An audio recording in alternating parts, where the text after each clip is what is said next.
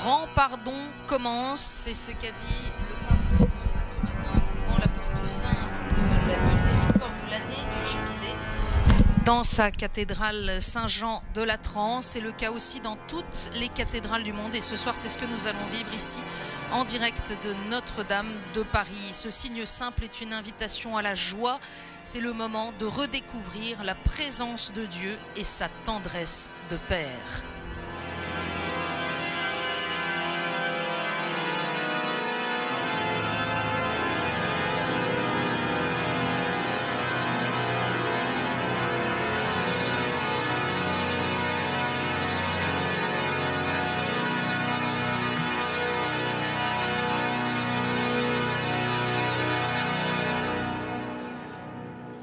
Au nom du Père et du Fils et du Saint-Esprit, Amen. La miséricorde du Père, la paix de Jésus notre Seigneur et la communion de l'Esprit Saint soient toujours avec vous. Et avec votre esprit. Frères et sœurs bien-aimés, en la fête de l'Immaculée Conception de la Vierge Marie, le regard fixé sur Jésus et sur son visage miséricordieux, le pape François a inauguré le jubilé extraordinaire qui ouvre pour nous et pour l'humanité entière la porte de la miséricorde de Dieu. En communion avec l'Église universelle, nous ouvrons solennellement l'année sainte pour notre Église diocésaine comme un appel à une profonde expérience de grâce et de réconciliation.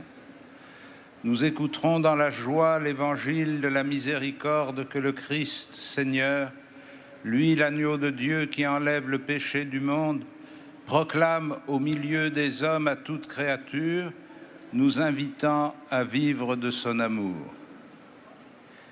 Prions le Seigneur. Dieu, auteur de la véritable liberté, toi qui veux rassembler les hommes en un seul peuple, libéré de toute servitude, et qui donne à tous tes fils un temps de miséricorde et de pardon, fais que ton Église, affermie dans la liberté et la paix, resplendisse devant tous comme le sacrement du salut, et qu'elle révèle au monde par sa parole et par ses actes le mystère de ton amour, par Jésus le Christ, notre Seigneur. Amen. Avançons, frères et sœurs, au nom du Christ. Il est le chemin qui nous conduit dans cette année de grâce et de miséricorde. Ouvrez les portes de justice et nous entrerons, nous rendrons grâce au Seigneur. Et au cardinal Sacros.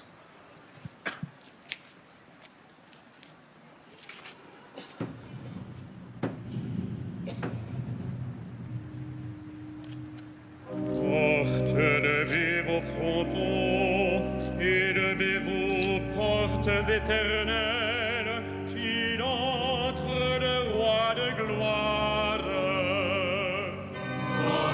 Levez vos frontons et levez vos portes éternelles, qu'il entre le roi de gloire. Qui est ce roi de gloire?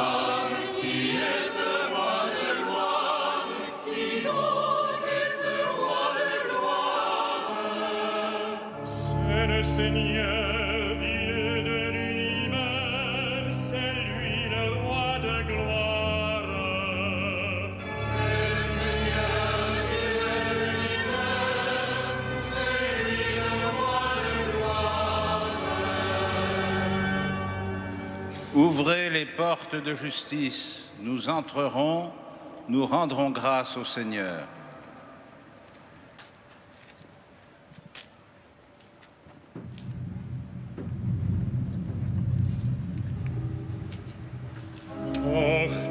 Levez vos frontons et levez vos portes éternelles, qu'il entre le roi de gloire. Levez vos frontons et levez vos portes éternelles,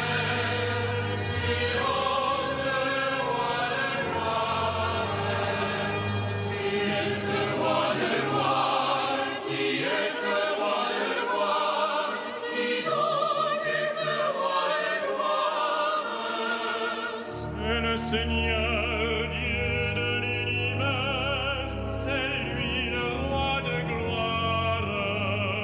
C'est le Seigneur, Dieu de l'univers, c'est lui le roi de gloire. Ouvrez les portes de justice, nous entrerons, nous rendrons grâce au Seigneur.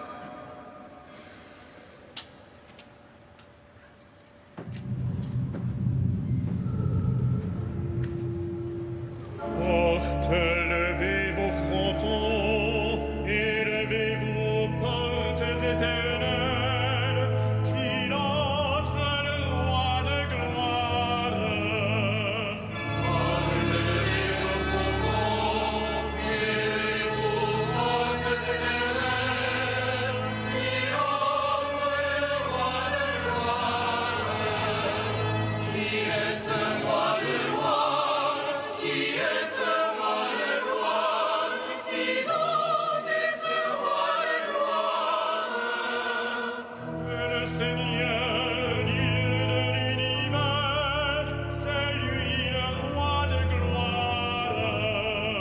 C'est le Seigneur, Dieu de l'univers, c'est lui le roi de gloire.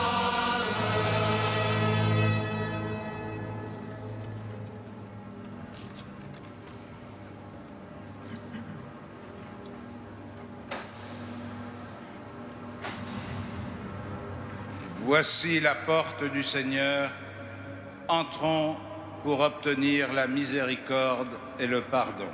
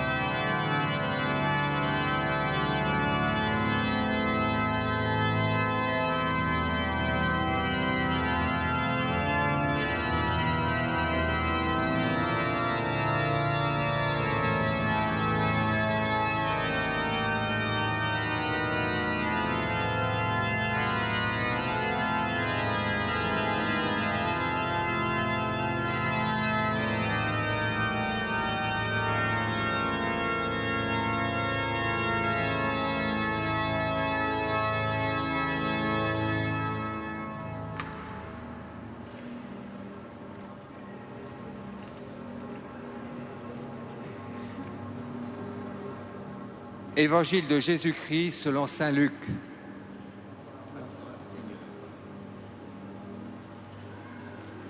En ce temps, les pécheurs venaient tous à Jésus pour l'écouter. Les pharisiens et les scribes récriminaient contre lui. Cet homme fait bon accueil aux pécheurs et il mange avec eux. Alors Jésus leur dit cette parabole. Si l'un de vous a 100 brebis et qu'il en perd une, n'abandonne-t-il pas les 99 autres dans le désert pour aller chercher celle qui est perdue jusqu'à ce qu'il la retrouve?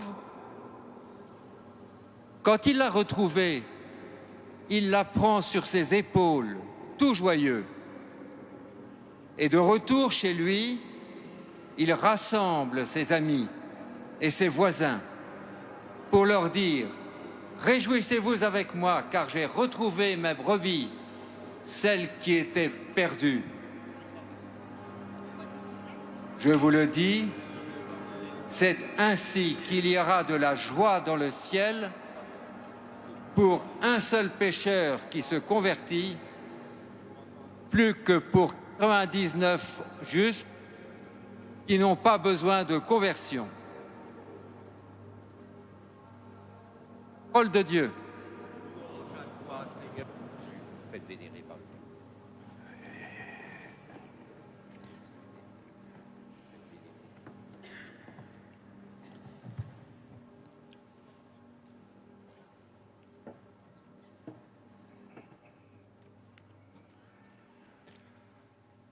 Frères et sœurs, le monde a besoin de miséricorde.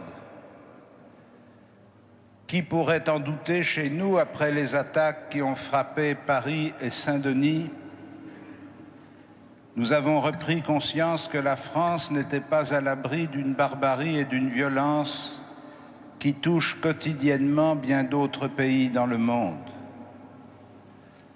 Face à ces malheurs, comme devant d'autres tragédies de l'existence humaine, beaucoup se demandent si Dieu est indifférent, insensible, ou même s'il n'est pas absent. En ce 13 décembre, nous portons particulièrement dans notre prière les victimes des attaques terroristes qui ont touché notre ville il y a exactement un mois, les défunts et leurs proches, les blessés et ceux qui les entourent, ceux qui restent choqués par la violence qu'ils ont vue de leurs yeux ou qui a frappé leur chair. C'est dans ce contexte que nous recevons l'appel du pape François. Il nous dit « Nous avons toujours besoin de contempler le mystère de la miséricorde. Elle est source de joie, de sérénité et de paix. Elle est la condition de notre salut. » Par ces quelques mots, le pape exprime la valeur que la miséricorde de Dieu représente pour les croyants et promulgue pour l'Église un jubilé, une année sainte qui lui est consacrée. Celle-ci s'est ouverte à Rome le 8 décembre pour le 50e anniversaire de la conclusion du Concile Vatican II. L'année jubilaire fait écho aux paroles prononcées par le Christ dans la synagogue de Nazareth. « L'Esprit du Seigneur m'a envoyé porter la bonne nouvelle aux pauvres, annoncer aux captifs leur libération et aux aveugles qu'ils retrouveront la vue, remettre en liberté les opprimés, annoncer une année favorable accordée par le Seigneur. » Aujourd'hui s'accomplit ce passage de l'Écriture que vous venez d'entendre. Dans la foi, nous savons que Dieu accompagne constamment l'humanité pour lui communiquer sa vie. Nous percevons mieux alors combien les chrétiens sont invités à rendre compte de l'espérance qui est en eux, mais aussi à quel point l'annonce de la miséricorde de Dieu est décisive et urgente. Alors que les relations humaines sont souvent vécues sous le mode du conflit et de l'accusation d'une part, de la loi et de la justice d'autre part, la miséricorde réintroduit entre les hommes les dimensions trop souvent oubliées du pardon et de la gratuité.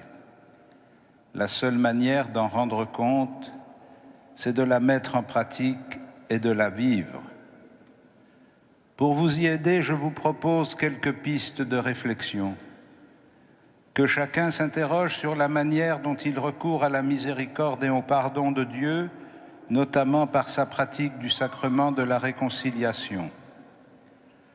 Que chaque chrétien examine comment il participe à l'expression de la miséricorde dans sa vie personnelle comme dans sa vie sociale. Comment sommes-nous vraiment témoins de l'amour de Dieu pour les hommes? Puissions-nous, avec l'aide de l'Esprit Saint, ouvrir nos cœurs à ces paroles du Père adressées à Sainte Catherine de Sienne, ma très chère fille, j'ai absolument décidé de faire miséricorde au monde et de secourir de toute manière l'humanité. Alors ce jubilé sera pour chacune et chacun d'entre nous une année de grâce, de conversion et d'espérance.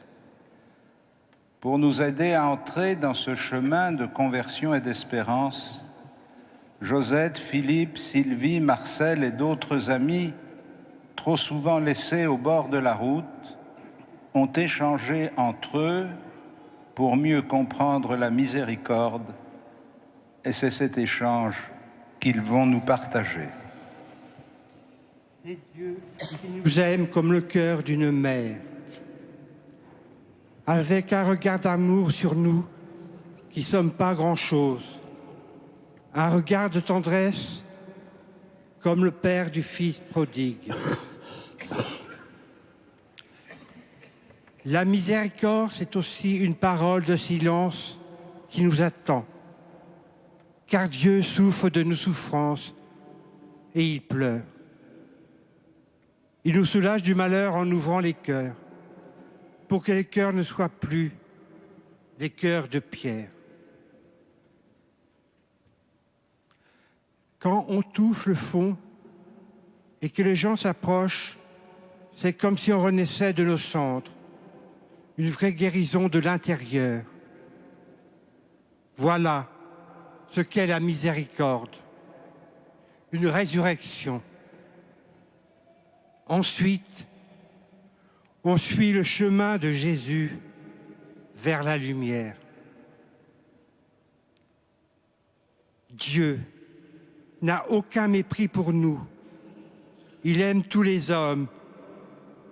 Il les aime sans condition.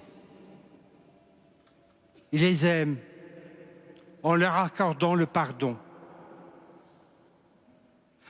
La miséricorde de Dieu nous conduit à voir la lumière en l'autre plus haute que les ténèbres et à faire grandir l'autre. Dieu nous attend. Il est en attente que nous venions vers lui. Et c'est pourquoi nous lui adressons cette prière.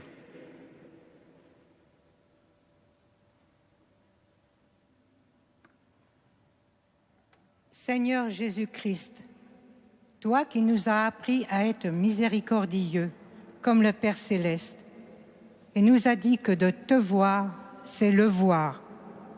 Montre-nous ton visage et nous serons sauvés. Ton regard rempli d'amour a libéré Zachée et Matthieu de l'esclavage de l'argent, la femme adultère et Madeleine de la quête du bonheur à travers les seules créatures. Tu as fait pleurer Pierre après son reniement et promis le paradis aux larrons repentis. Fais que chacun de nous écoute cette parole dite à la Samaritaine comme s'adressant à nous. Si tu savais le don de Dieu, tu es le visage visible du Père invisible, du Dieu qui manifesta sa toute puissance par le pardon et la miséricorde. Fais que l'Église soit dans le monde ton visage visible, toi son Seigneur ressuscité dans la gloire. Tu as voulu que tes serviteurs soient eux aussi habillés de faiblesse pour ressentir une vraie compassion à l'égard de ceux qui sont dans l'ignorance et l'erreur. Fais que quiconque s'adresse à l'un d'eux se sente attendu, aimé et pardonné par Dieu. Envoie ton esprit et consacre-nous tous de son onction pour que le jubilé de la miséricorde soit une année de grâce du Seigneur et qu'avec un enthousiasme renouvelé, ton Église annonce aux pauvres la bonne nouvelle, aux prisonniers et aux opprimés la liberté et aux aveugles qu'ils retrouveront la vue. Nous te le demandons par Marie, Mère de la miséricorde, à toi qui vis et règnes avec le Père et le Saint-Esprit, pour les siècles des siècles. Amen. Et maintenant, frères et sœurs, nous demandons au Seigneur de bénir cette eau. nous allons en être aspergés en mémoire de notre baptême. Que dans sa miséricorde, Dieu nous renouvelle dans le don de sa grâce. Seigneur Dieu Tout-Puissant, écoute les prières de ton peuple.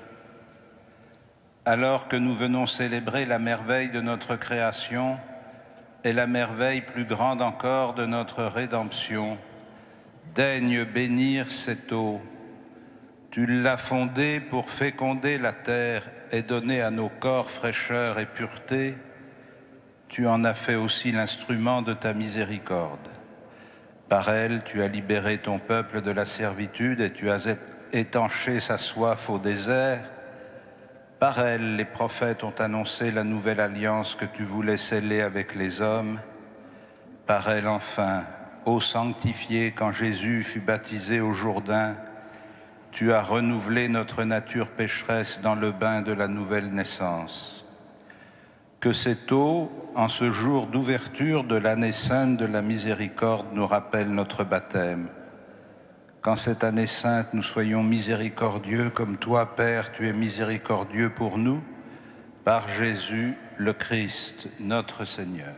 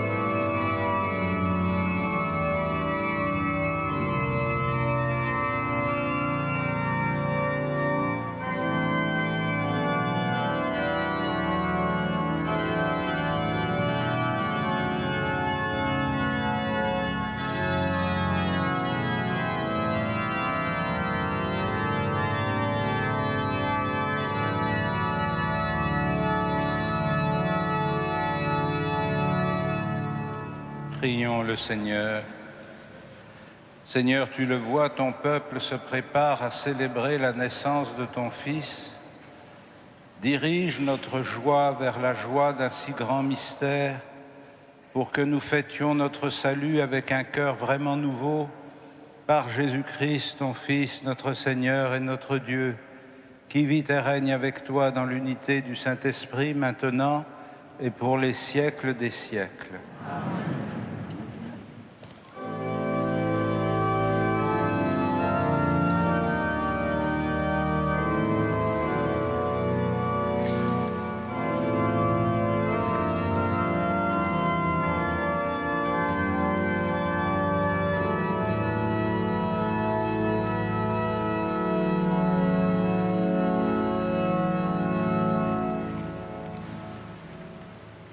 Lecture du livre du prophète Sophonie. Pousse des cris de joie, fille de Sion. Éclate en ovation, Israël. Réjouis-toi, de tout ton cœur bondis de joie, fille de Jérusalem. Le Seigneur a levé les sentences qui pesaient sur toi, il a écarté tes ennemis. Le roi d'Israël, le Seigneur est en toi. Tu n'as plus à craindre le malheur. Ce jour-là, on dira à Jérusalem, « Ne crains pas, Sion, ne laisse pas tes mains défaillir. Le Seigneur ton Dieu est en toi, c'est lui, le héros qui apporte le salut. Il aura en toi sa joie et son allégresse. Il te renouvellera par son amour.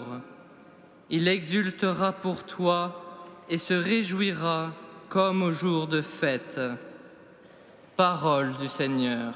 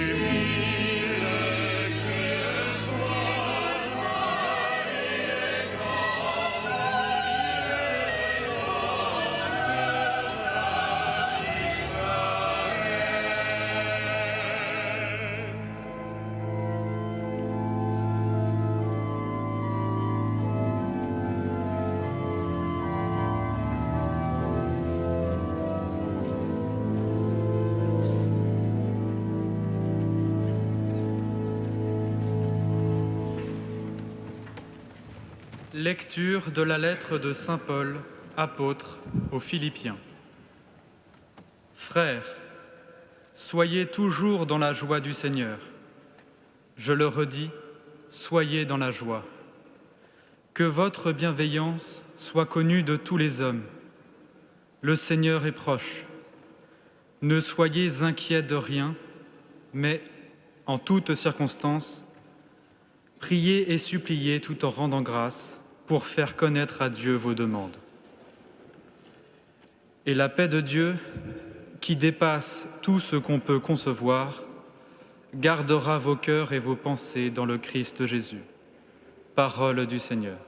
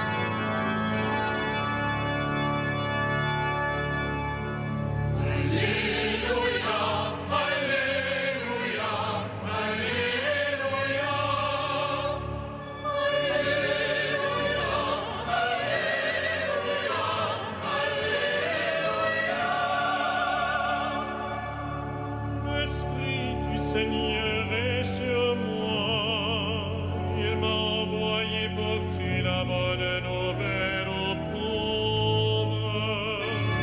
Alléluia, Alléluia, Alléluia. Le Seigneur m'a envoyé porter la bonne nouvelle aux pauvres, annoncer aux captifs leur libération.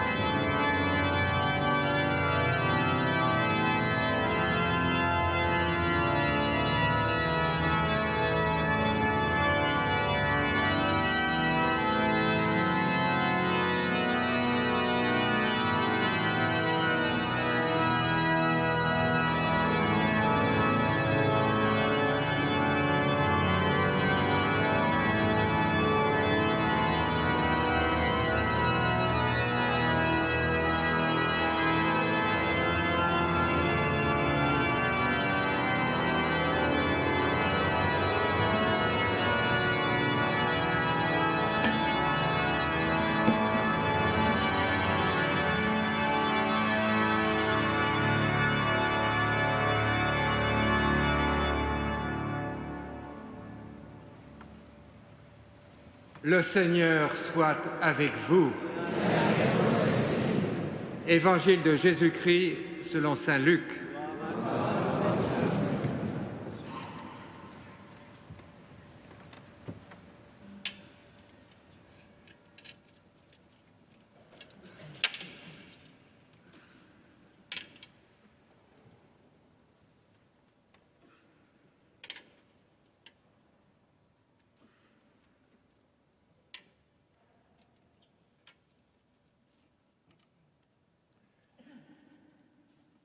En ce temps-là, les foules qui venaient se faire baptiser par Jean lui demandaient « Que devons-nous faire ?»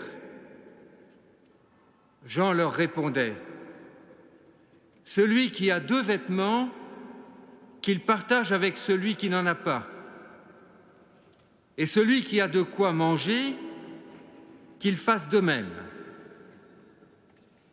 Des publicains, c'est-à-dire des collecteurs d'impôts, vinrent aussi pour être baptisés. Ils lui dirent : « Maître, que devons-nous faire ?» Il leur répondit : « N'exigez rien de plus que ce qui vous est fixé. » Des soldats lui demandèrent à leur tour : « Et nous, que devons-nous faire ?»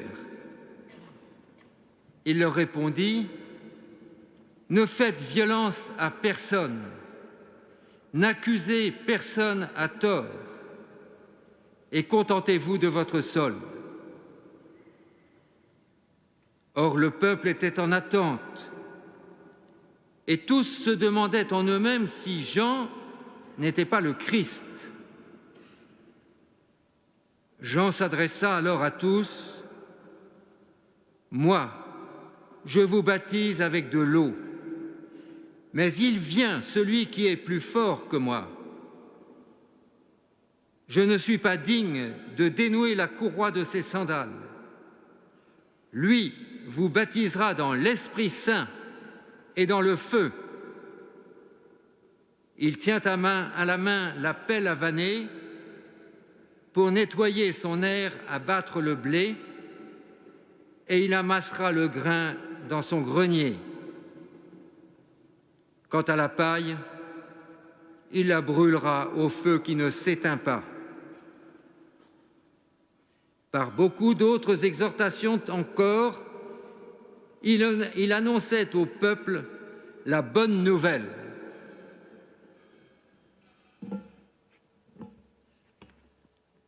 Acclamons la parole de Dieu.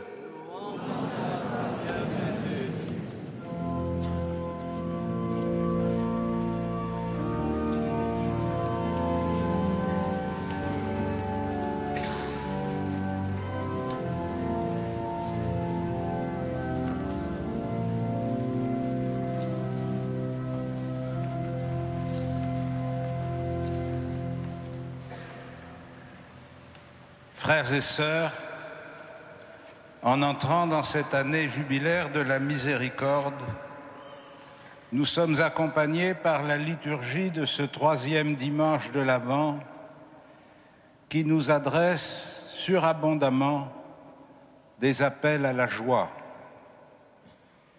Appel de Sophonie adressé à Israël, à Jérusalem. Appel de Paul adressé aux Philippiens, appel du psaume que nous avons chanté tout à l'heure, jubile, cri de joie.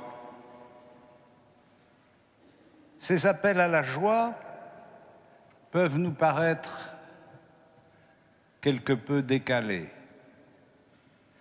car pour beaucoup d'entre nous, ce qui les frappe davantage dans leur existence, ce ne sont pas les causes de se réjouir, mais plutôt les causes de s'attrister ou de se plaindre,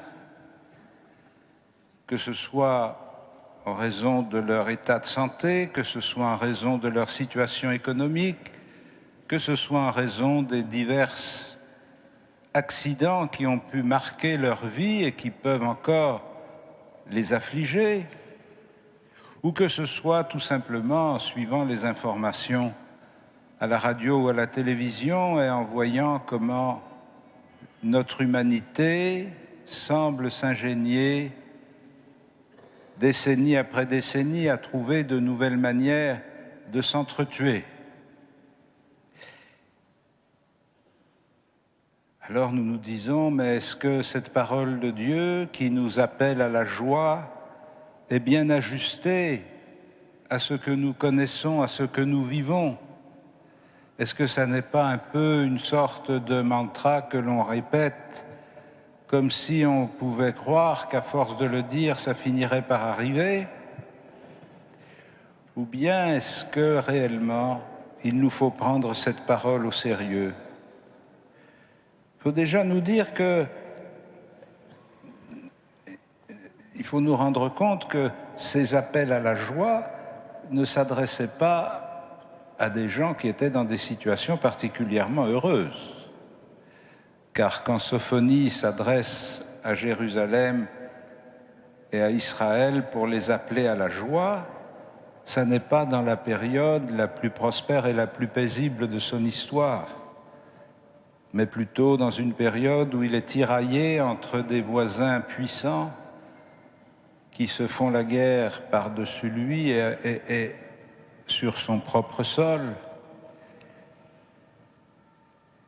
Et ils ont donc plus l'expérience de la souffrance que l'expérience du confort et de la paix.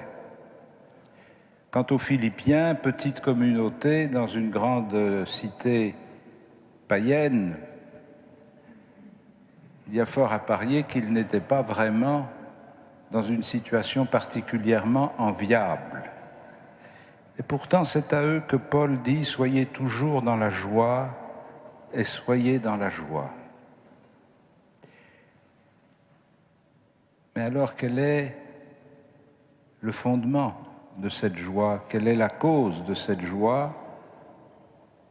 Quelle est la source qui permet à ces hommes et à ces femmes, ballottés par les forces contraires de l'histoire, de trouver un peu de paix, de sérénité et de joie? L'Écriture nous en donne la clé.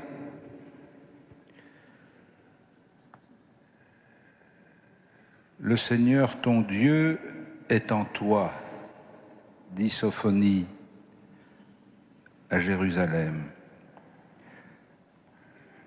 Le Seigneur ton Dieu est en toi, c'est lui qui apporte le salut. Il te renouvellera par son amour. Et saint Paul dit aux Philippiens, le Seigneur est proche. Ce qui provoque et ce qui justifie ces appels à la joie, ça n'est pas que le Seigneur, comme par un coup de baguette magique, ferait disparaître les éléments tragiques de l'existence, et donc que la foi en lui serait une sorte de recours à un prestidigitateur qui pourrait transformer ce que nous vivons de pénible ou le faire purement et simplement disparaître. Ce qui est la source de la joie, c'est qu'au cœur de nos épreuves, au cœur de nos difficultés, au cœur de nos souffrances, au cœur des contradictions de l'histoire humaine, Dieu est proche, Dieu est présent. Le Seigneur ton Dieu est en toi, le Seigneur est proche. Et c'est cette proximité du Seigneur qui s'est manifestée de façon tout à fait exceptionnelle à travers l'incarnation de Jésus. Il s'est approché de l'humanité. Vous connaissez bien la parabole du bon Samaritain, comment le bon Samaritain voit cet homme qui perd sa vie au bord du chemin, il est touché et il s'approche. C'est ce mouvement de l'amour par lequel Dieu se fait proche des hommes, et particulièrement dans leurs souffrances et dans leurs épreuves.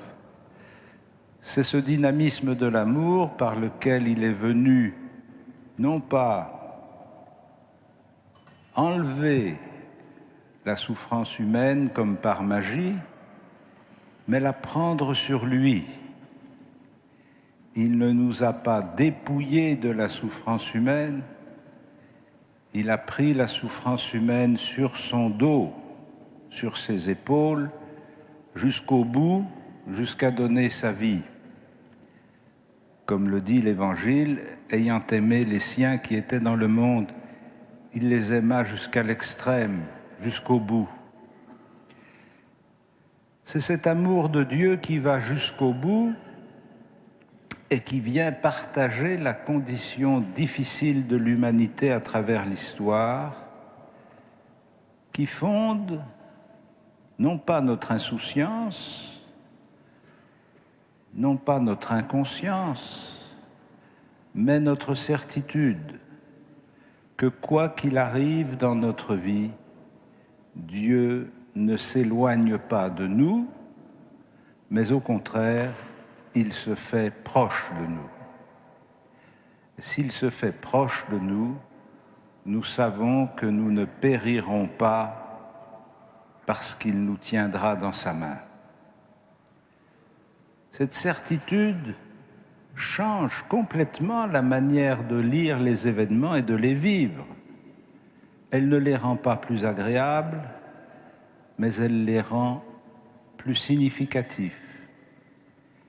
Ils sont, jusque dans leurs difficultés, jusque parfois dans leur message de mort, ils sont les signes que Dieu nous adresse pour que nous soyons assurés qu'il ne nous lâche pas, qu'il nous tient par la main et qu'il nous conduit. Évidemment, cette proximité de Dieu, cette présence de Dieu à l'histoire des hommes ne peut se comprendre et se connaître que si elle s'exprime dans des signes humains. Comme la présence de Dieu à l'humanité s'est exprimée à travers la personne de Jésus de Nazareth, la présence de Dieu aujourd'hui auprès de ceux qui sont les plus éprouvés ne peut se reconnaître que si nous, qui sommes les disciples du Christ, nous savons nous faire proches de ceux qui souffrent et leur être fidèles jusqu'au bout dans leurs difficultés.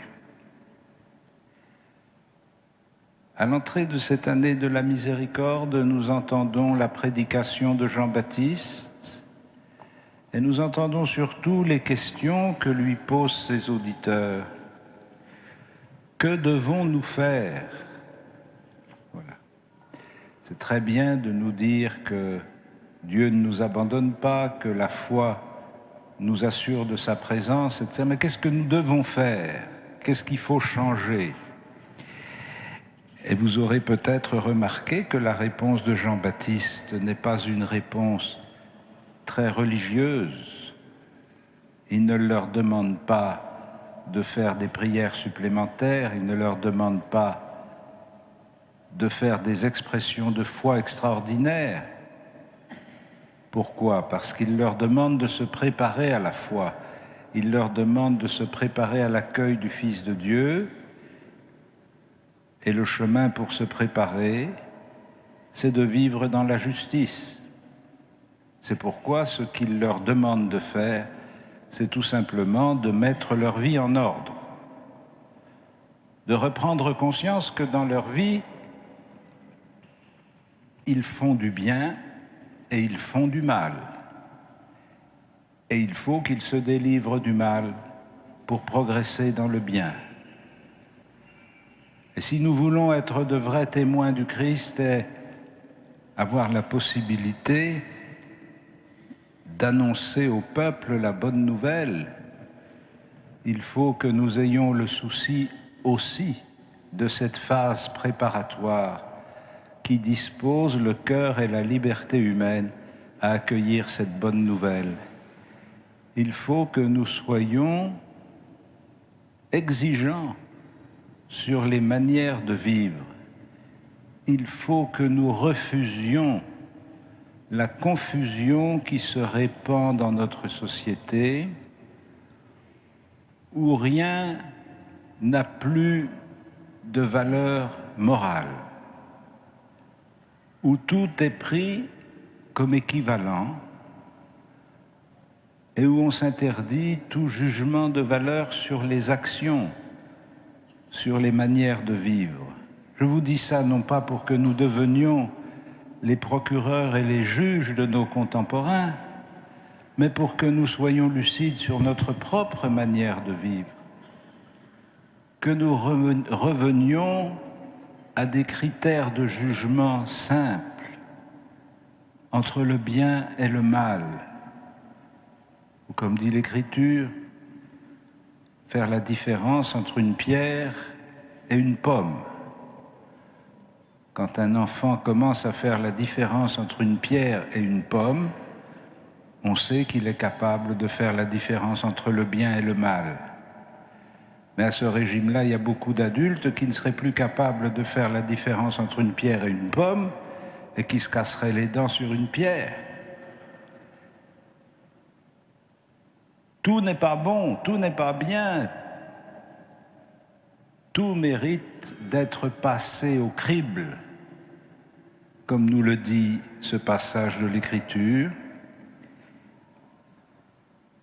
Il vient avec la pelle à vanner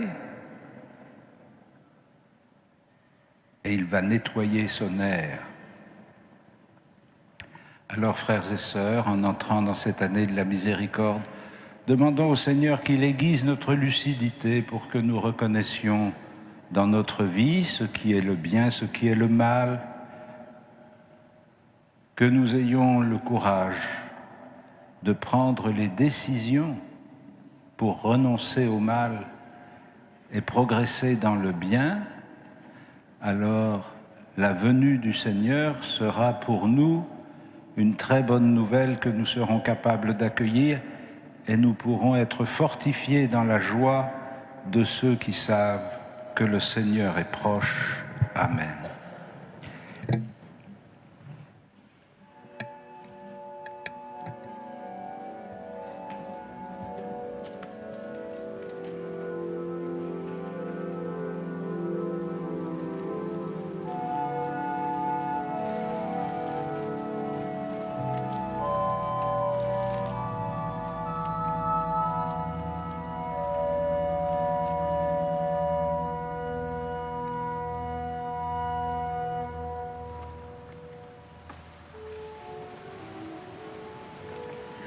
Credo in unum Deum,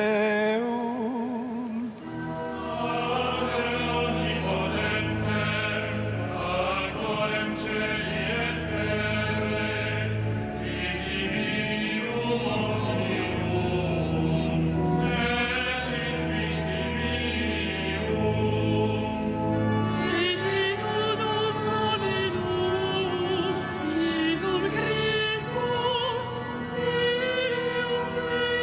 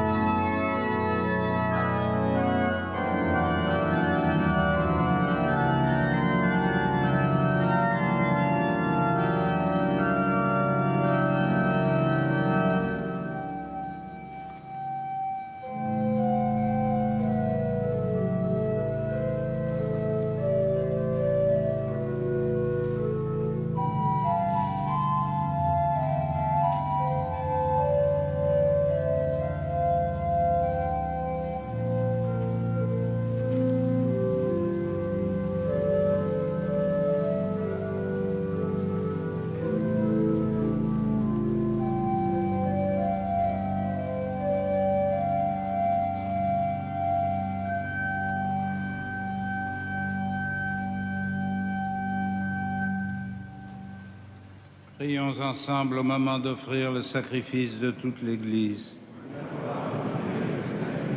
Seigneur, permets que le sacrifice de nos Eucharisties te soit toujours offert dans ton Église pour accomplir le sacrement que tu nous as donné et pour réaliser la merveille de notre salut par Jésus le Christ, notre Seigneur. Le Seigneur soit avec vous. Et avec notre esprit. Élevons notre cœur. Retournons vers le Seigneur. Rendons grâce au Seigneur notre Dieu. Cela est juste et bon. Vraiment, il est juste et bon de te rendre gloire, de t'offrir notre action de grâce toujours et en tout lieu. À toi, Père très saint, Dieu éternel et tout-puissant, par le Christ notre Seigneur. Il est celui que tous les prophètes avaient chanté, celui que la Vierge attendait avec amour, celui dont Jean-Baptiste a proclamé la venue et révélé la présence au milieu des hommes. C'est lui qui nous donne la joie d'entrer déjà dans le mystère de Noël, pour qu'il nous trouve quand il viendra, vigilants dans la prière et remplis d'allégresse. C'est pourquoi, avec les anges et les archanges, avec les puissances d'en haut et tous les esprits bienheureux, nous chantons l'hymne de ta gloire et sans fin nous proclamons.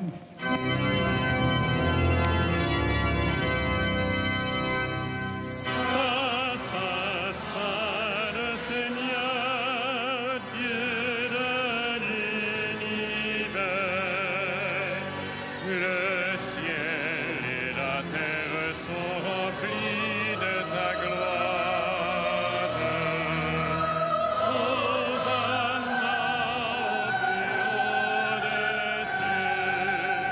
Béni soit celui qui vient au nom du Seigneur. Hosanna au plus haut des cieux.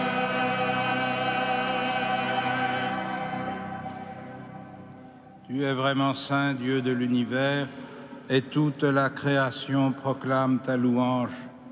Car c'est toi qui donnes la vie, c'est toi qui sanctifies toutes choses par ton Fils Jésus-Christ, notre Seigneur, avec la puissance de l'Esprit Saint. Et tu ne cesses de rassembler ton peuple afin qu'il te présente partout dans le monde une offrande pure. C'est pourquoi nous voici rassemblés devant toi et dans la communion de toute l'Église en ce premier jour de la semaine, nous célébrons le jour où le Christ est ressuscité d'entre les morts. Par lui que tu as élevé à ta droite, Dieu Tout-Puissant, nous te supplions de consacrer toi-même les offrandes que nous apportons. Sanctifie-les par ton esprit pour qu'elles deviennent le corps et le sang de ton Fils, Jésus-Christ notre Seigneur, qui nous a dit de célébrer ce mystère. La nuit même où il fut livré, il prit le pain, en te rendant grâce, il le bénit, il le rompit et le donna à ses disciples en disant : « Prenez et mangez-en tous, ceci est mon corps livré pour vous. »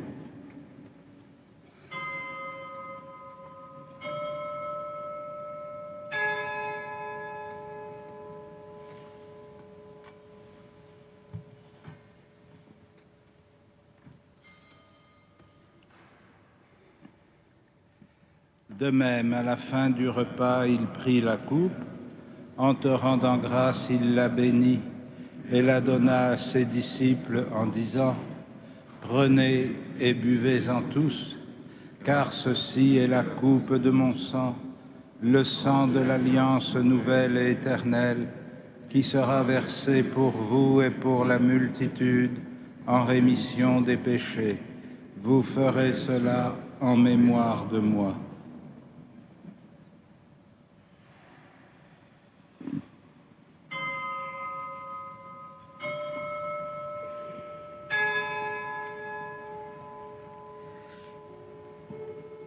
Il est grand le mystère de la foi. Nous proclamons ta mort, Seigneur Jésus. Nous célébrons ta résurrection. Nous attendons ta venue dans la gloire. En faisant mémoire de ton Fils, de sa passion qui nous sauve, de sa glorieuse résurrection et de son ascension dans le ciel, alors que nous attendons son dernier avènement, nous présentons cette offrande vivante et sainte pour te rendre grâce. Regarde, Seigneur, le sacrifice de ton Église, daigne y reconnaître celui de ton Fils qui nous a rétablis dans ton alliance. Quand nous serons nourris de son corps et de son sang et remplis de l'Esprit Saint, accorde-nous d'être un seul corps et un seul esprit dans le Christ. Et que l'Esprit Saint fasse de nous une éternelle offrande à ta gloire, pour que nous obtenions un jour les biens du monde à venir, auprès de la Vierge Marie, la bienheureuse Mère de Dieu, de Saint Joseph, son époux, avec les apôtres, les martyrs, Saint Denis et tous les saints qui ne cessent d'intercéder pour nous. Et maintenant, nous te supplions, Seigneur, par le sacrifice qui nous réconcilie avec toi, étends au monde entier le salut et la paix. Affermis la foi et la charité de ton Église au long de son chemin sur la terre. Veille sur ton serviteur, notre pape François, et notre archevêque André, l'ensemble des évêques, les prêtres, les diacres et tout le peuple des rachetés. Écoute les prières de ta famille assemblée devant toi et ramène à toi, Père très aimant, tous tes enfants dispersés. Pour nos frères défunts, pour les hommes qui ont quitté ce monde et dont tu connais la droiture, nous te prions, en particulier pour toutes les victimes des attaques du mois dernier. Reçois-les dans ton royaume où nous espérons être comblés de ta gloire, tous ensemble et pour l'éternité, par le Christ notre Seigneur, par qui tu donnes au monde toute grâce et tout bien.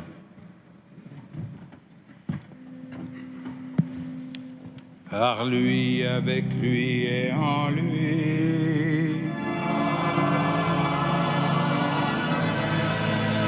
À toi, Dieu le Père Tout-Puissant, dans l'unité du Saint-Esprit.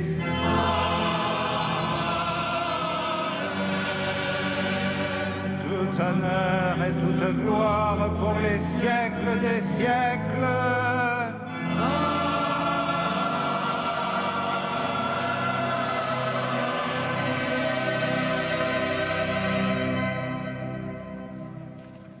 Unis dans le même esprit, nous pouvons dire avec confiance la prière que nous avons reçue du Sauveur. Notre Père qui es aux cieux, que ton nom soit sanctifié, que ton règne vienne, que ta volonté soit faite sur la terre comme au ciel. Donne-nous aujourd'hui notre pain de ce jour. Pardonne-nous nos offenses, comme nous pardonnons aussi à ceux qui nous ont offensés, et ne nous soumets pas à la tentation, mais délivre-nous du mal. Délivre-nous de tout mal, Seigneur, et donne la paix à notre temps. Par ta miséricorde, rends-nous libres du péché, rends-nous forts devant les épreuves en cette vie où nous espérons le bonheur que tu promets et l'avènement de Jésus-Christ, notre Sauveur.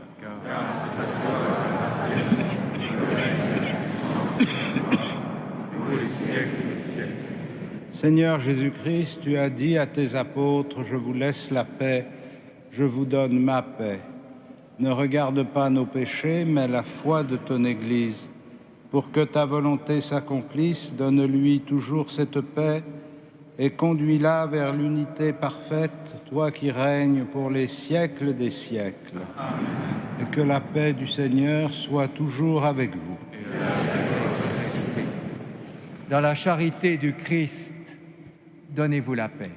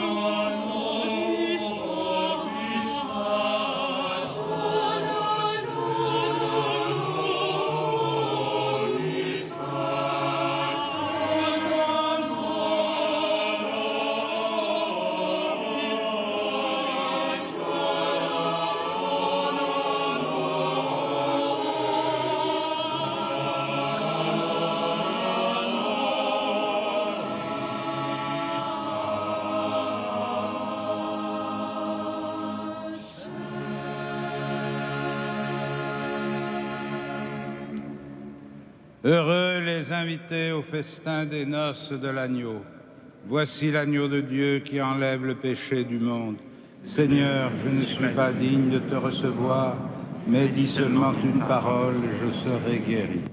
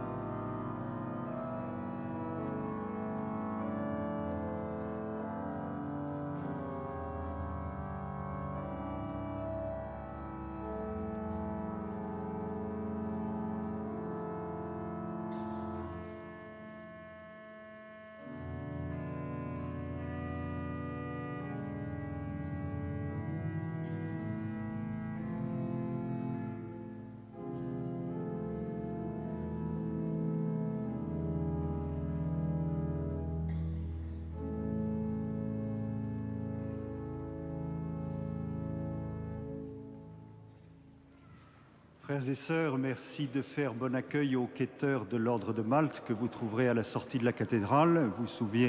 Vous savez combien l'Ordre de Malte cherche à répondre à bien des détresses, à commencer par le service qu'ils rendent au chevet de la cathédrale en servant en temps hivernal des petits déjeuners chauds aux sans-abri du quartier. Dimanche prochain, 4e et dernière parole d'Avent à 17h, autour de la figure de Frédéric Ozanam, le bienheureux Frédéric Ozanam, faire œuvre de miséricorde. Puis, pendant 3 jours, nous aurons la joie d'avoir la présence des séminaristes du diocèse de Paris et de leurs formateurs pour 3 jours de mission autour de la cathédrale, les 21, 22, 23. Vous pouvez prier pour les séminaristes et leurs formateurs qui, toute cette semaine, sont en retraite au foyer de charité de Tressin. Par ailleurs, nous allons avoir 2 concerts importants. Un premier mardi prochain, 15 décembre, à 20h30, pour entrer dans le Jubilé de la Miséricorde, concert de grégorien autour du thème « Mater Misericordiae », avec la maîtrise Notre-Dame de Paris, sous la direction de Sylvain Dieudonné. Et enfin, notre traditionnel concert de Noël, lundi 21 décembre à 20h30, avec la maîtrise Notre-Dame de Paris, sous la direction d'Henri Chalet. Et vous pouvez, pour ce concert, dès maintenant, enfin pas à l'instant bien sûr, mais aux heures d'ouverture de l'accueil, retirer les billets, donc de 9h30 à 18h30, à l'accueil de la cathédrale. Merci.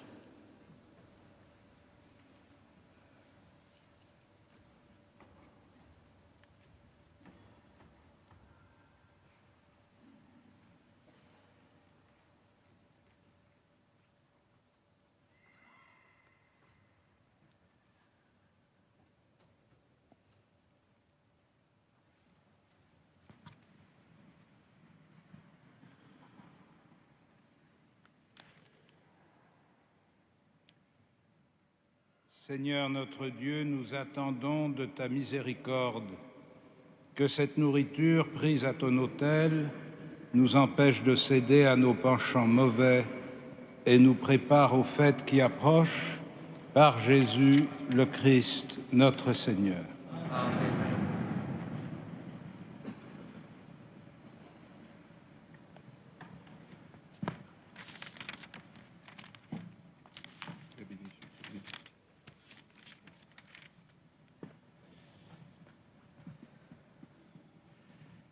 Vous croyez que le Fils de Dieu est venu dans ce monde et vous attendez le jour où il viendra de nouveau. À la clarté de cette lumière qui lève, que Dieu son Père vous guide dans toutes vos démarches et qu'il multiplie sur vous ses bénédictions. Amen. Qu'il rende ferme votre foi, joyeuse votre espérance et constante votre charité. Amen. La venue du Rédempteur, pauvre parmi les pauvres, est déjà pour nous une grande joie quand il apparaîtra dans toute sa gloire, qu'il vous ouvre le bonheur sans fin. Et que Dieu Tout-Puissant vous bénisse, le Père, le Fils et le Saint-Esprit. Amen. Soyez miséricordieux comme le Père est miséricordieux. Allez dans la paix du Christ. Nous rendons grâce à Dieu.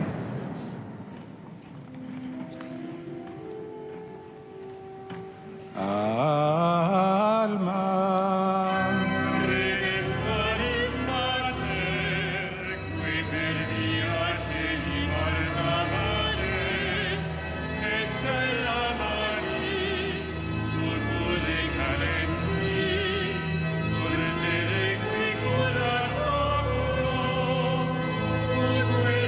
Thank you.